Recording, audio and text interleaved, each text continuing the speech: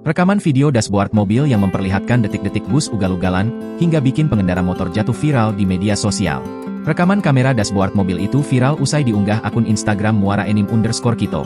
Tampak dalam rekaman video itu sebuah bus diduga milik Rosalia Indah melintas secara ugal-ugalan dan kecepatan tinggi.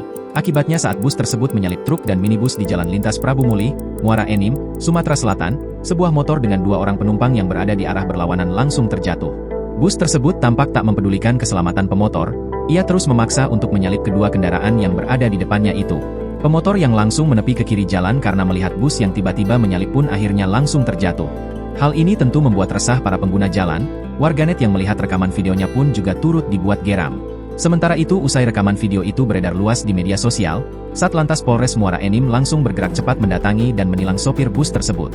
Hal ini terungkap melalui unggahan akun Instagram Satlantas Muara Enim pada Jumat, 19 Juli 2024. Tampak sopir bus Rosalia Indah yang masih mengenakan seragam itu langsung ditilang polisi. Didampingi polisi, ia pun kemudian meminta maaf atas aksinya yang mengemudikan bus secara ugal-ugalan, hingga menyebabkan seorang pemotor yang tengah melintas terjatuh.